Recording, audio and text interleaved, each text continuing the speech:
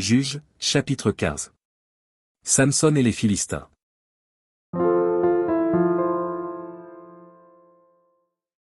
Quelque temps après, à l'époque de la moisson des blés, Samson alla voir sa femme, et lui porta un chevreau.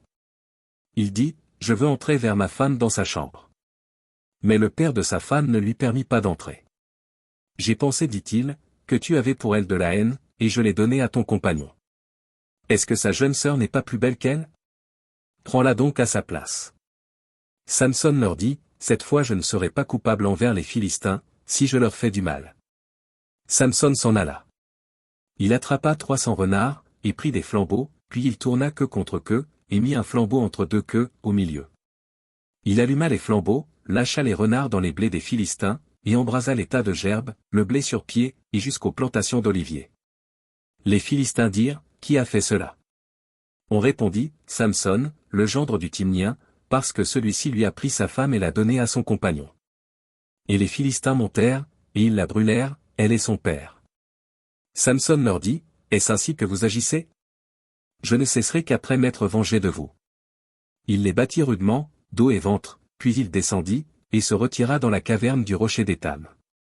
Alors les Philistins se mirent en marche, campèrent en Juda, et s'étendirent jusqu'à l'Échi. Les hommes de Juda dirent, « Pourquoi êtes-vous montés contre nous ?»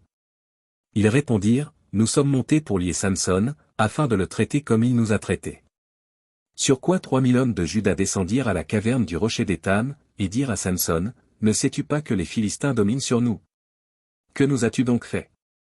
Il leur répondit, « Je les ai traités comme ils m'ont traité. » Ils lui dirent, « Nous sommes descendus pour te lier, afin de te livrer entre les mains des Philistins. » Samson leur dit, « Jurez-moi que vous ne me tuerez pas. » Ils lui répondirent, « Non, nous voulons seulement te lier et te livrer entre leurs mains, mais nous ne te ferons pas mourir. » Et ils le lièrent avec 2 cordes neuves, et le firent sortir du rocher. Lorsqu'il arriva à l'Échi, les Philistins poussèrent des cris à sa rencontre. Alors l'Esprit de l'Éternel le saisit. Les cordes qu'il avait au bras devinrent comme du lin brûlé par le feu, et ses liens tombèrent de ses mains.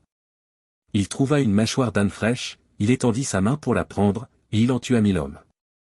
Et Samson dit, « Avec une mâchoire d'âne, 1 monceau, 2 monceaux, avec une mâchoire d'âne, j'ai tué 1000 hommes. » Quand il eut achevé de parler, il jeta de sa main la mâchoire. Et l'on appela ce lieu Ramath-Léchi. Pressé par la soif, il invoqua l'Éternel, et dit, « C'est toi qui as permis par la main de ton serviteur cette grande délivrance, et maintenant mourrai-je de soif, et tomberai-je entre les mains des incirconcis ?» Dieu fendit la cavité du rocher qui est à l'Échi, et il en sortit de l'eau. Samson but, son esprit se ranima, et il reprit vie. C'est de là qu'on a appelé cette source en Akoré, elle existe encore aujourd'hui à l'Échi. Samson fut juge en Israël, au temps des Philistins, pendant 20 ans.